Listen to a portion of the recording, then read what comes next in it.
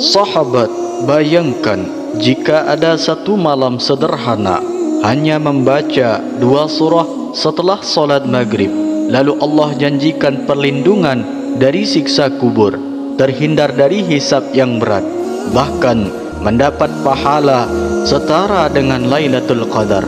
Bukankah ini peluang emas yang tidak boleh kita sia-siakan? Rasulullah SAW telah memberikan rahasia besar ini, dan malam ini saya akan membocorkan untuk Anda. Bismillahirrahmanirrahim. Assalamualaikum warahmatullahi wabarakatuh. Alhamdulillahi rabbil alamin. Allahumma salli ala sayyidina Muhammad wa ala ali sayyidina Muhammad. Amma ba'du. Sahabat imam muda yang dirahmati Allah, syukur alhamdulillah kita bisa berjumpa lagi di channel ini. Salawat dan salam selalu dan tetap tercurahkan kepada junjungan kita Nabi besar Muhammad sallallahu alaihi wasallam. Mari para sahabat kita ucapkan atau bisa tuliskan di kolom komentar, Allahumma salli ala sayyidina Muhammad wa ala ali sayyidina Muhammad. Semoga dengan ucapan atau tulisan solawat tadi kita semua diakui sebagai umatnya, sehingga kelak kita mendapatkan pertolongan beliau. Harapan dan doa saya, semoga sahabatku semuanya selalu diberikan kesehatan, dilapangkan rezekinya, diampuni dosa-dosanya, dan dipanjangkan umurnya oleh Allah Subhanahu wa ta'ala. Amin ya rabbal alamin. Sahabat imam muda yang dirahmati Allah, setiap hari kita sibuk bekerja, mencari nafkah, mengurus keluarga, mengejar cita-cita. Tapi tahukah Anda, ada satu kepastian yang tidak bisa kita hindari, yaitu kematian. Sebaik apapun kedudukan kita, sebesar apapun harta yang kita punya, pada akhirnya semua akan ditinggalkan. Yang akan menemani hanyalah amal ibadah kita. Rasulullah SAW pernah mengingatkan, kubur itu adalah awal dari perjalanan akhirat. Jika seseorang selamat di dalamnya, maka perjalanan selanjutnya akan lebih mudah. Tetapi jika ia gagal, maka perjalanan berikutnya akan lebih berat. Hadis riwayat At-Tirmidzi. Kalimat ini membuat kita merenung, apakah kita sudah menyiapkan bekal untuk melewati alam kubur? Saudaraku, bayangkan ketika malaikat mungkar dan nakir datang, kubur yang sempit akan menekan, pertanyaan-pertanyaan yang sulit akan diajukan. Saat itu tidak ada lagi teman, keluarga, atau harta yang bisa menolong. Yang menyelamatkan hanyalah amal kita. Pertanyaannya, amal apa yang bisa benar-benar menolong kita saat sendirian di alam kubur itu? Disinilah besarnya kasih sayang Rasulullah SAW. Beliau tidak hanya mengingatkan umatnya, tapi juga memberikan solusi yang mudah. Nabi SAW bersabda, ada 2 surah yang bila dibaca setelah solat maghrib akan menjadi penyelamat azab kubur, memberi syafaat di hari kiamat, bahkan pahalanya setara dengan ibadah di malam Lailatul Qadar. Bayangkan sahabat, hanya dengan meluangkan beberapa menit setelah maghrib, kita bisa mendapatkan pahala sebesar itu. Subhanallah.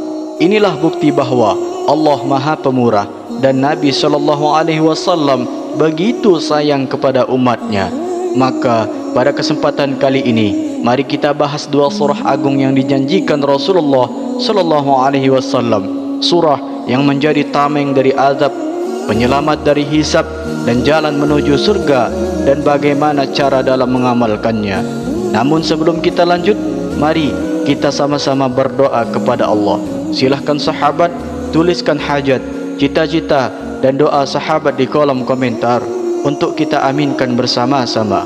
Karena bisa kita bayangkan, 40 orang saja yang mengaminkan doa kita, maka insya Allah akan diijabah oleh Allah Subhanahu wa ta'ala. Amin ya rabbal alamin. Dan untuk para sahabat yang baru bergabung, silahkan untuk klik tombol like, tombol jempolnya, kemudian subscribe juga, dan aktifkan lonceng notifikasinya. agar ketika channel ini update video terbaru, sahabatku semua langsung dapat notifikasinya. Terima kasih. Semoga Allah balas semua kebaikan anda. Sahabat imam muda yang dirahmati Allah, ada kisah nyata inspirasi untuk kita semua, yaitu ada sebuah kisah yang diriwayatkan oleh para ulama tentang seorang hamba Allah yang kehidupannya biasa-biasa saja. Ia bukan orang yang kaya, bukan pula orang yang dikenal banyak orang. Pekerjaannya sederhana, hanya seorang penjual kain di pasar kecil. Tapi ia memiliki satu kebiasaan yang tidak pernah ditinggalkan. Setiap malam setelah solat maghrib, ia membaca 2 surah agung itu. Suatu ketika, orang ini meninggal dunia. Tetangganya bercerita bahwa pada malam pertama ia dikuburkan, terdengar suara bacaan Al-Quran dari arah kuburnya. Orang-orang terkejut, mereka mendekat, dan ternyata suara itu adalah bacaan surah yang pernah ia biasa baca semasa hidupnya. Berita itu sampai kepada seorang alim di kampung tersebut. Sang alim pun berkata, itulah bukti dari sabda Nabi SAW, surah agung adalah penyelamat dari azab kubur. Allah izinkan ia menemaninya di alam barzah. Inilah karunia bagi orang yang istiqomah dalam mengamalkannya. Kisah ini juga diceritakan dari seorang murid yang sering menemui gurunya. Gurunya ini selalu berpesan bahwa, nak, jangan pernah tinggalkan membaca 2 surah agung setelah maghrib itu, karena aku yakin surah-surah inilah yang akan menjadi pembela kita ketika tidak ada lagi sahabat dan keluarga. Beberapa tahun kemudian, sang guru wafat. Si murid pun bermimpi bertemu dengan gurunya dalam keadaan wajahnya bercahaya. Dalam mimpi itu, gurunya berkata, nak, benar apa yang aku wasiatkan. 2 surah agung ini yang menemaniku di kubur. Mereka melindungiku dari pertanyaan malaikat dan insya Allah akan menuntunku ke surga. Sahabat, inilah bukti betapa besar rahmat Allah. Amalan ringan tapi ganjarannya luar biasa.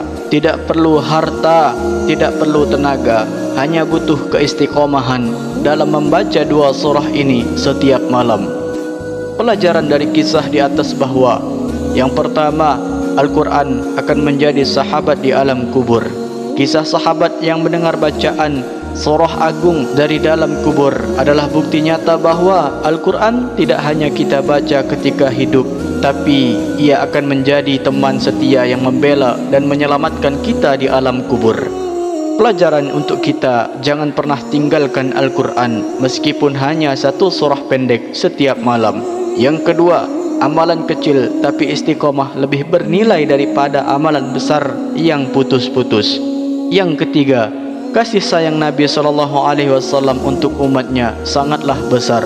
Rasulullah SAW sangat ingin umatnya selamat dari azab, sampai beliau berwasiat agar kita mengamalkan 2 surah ini setelah maghrib.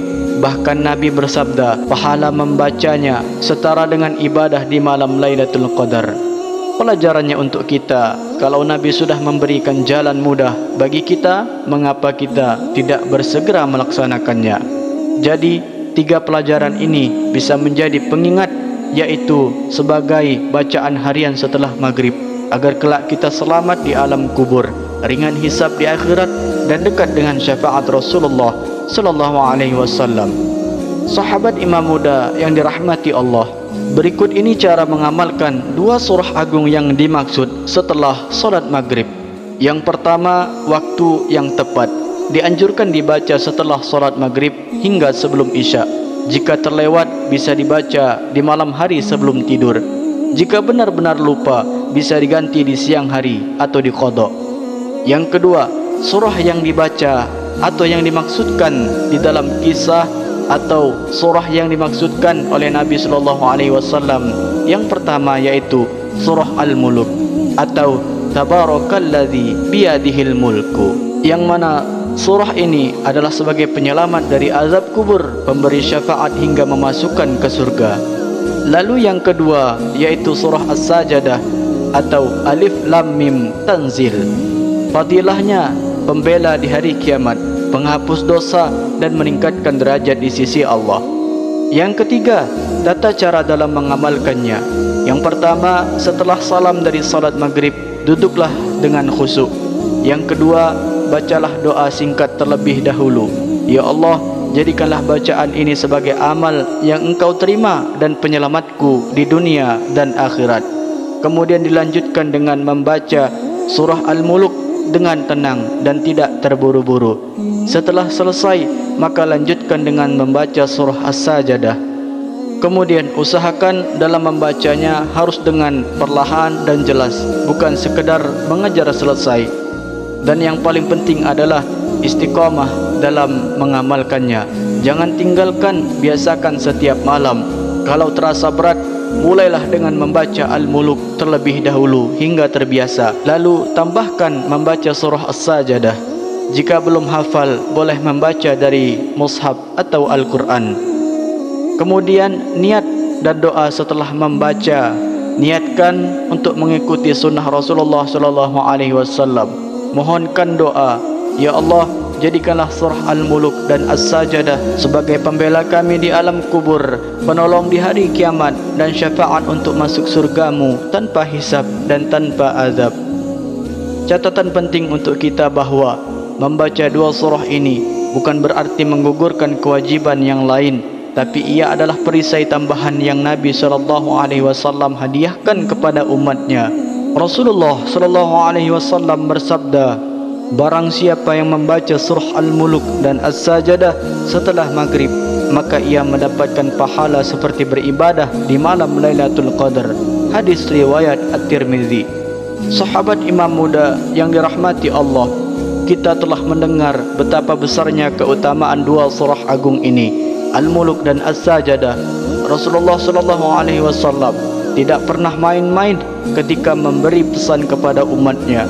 Beliau menginginkan kita selamat dari azab, dimudahkan hisab, dan digiring menuju surga. Maka jangan sampai kita menjadi orang yang menyesal di kemudian hari hanya karena meremehkan amalan ringan yang bisa dibaca kurang dari 10 menit setiap malam. Ingatlah, dunia ini hanya sementara, tapi kubur dan akhirat itu panjang. Dan amal kecil yang istiqomah, itulah yang akan menjadi sahabat kita nanti.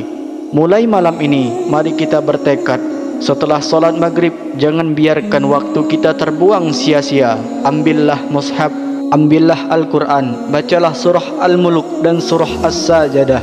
Jika kita istiqomah, insya-Allah kubur kita akan bercahaya, hisab kita akan dimudahkan, dan surga Allah terbuka untuk kita.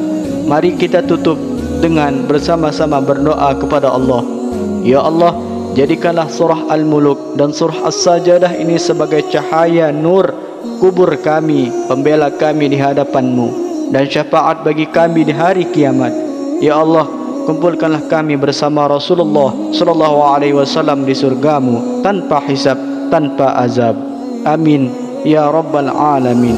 Akhirul kalam, wassalamualaikum warahmatullahi wabarakatuh.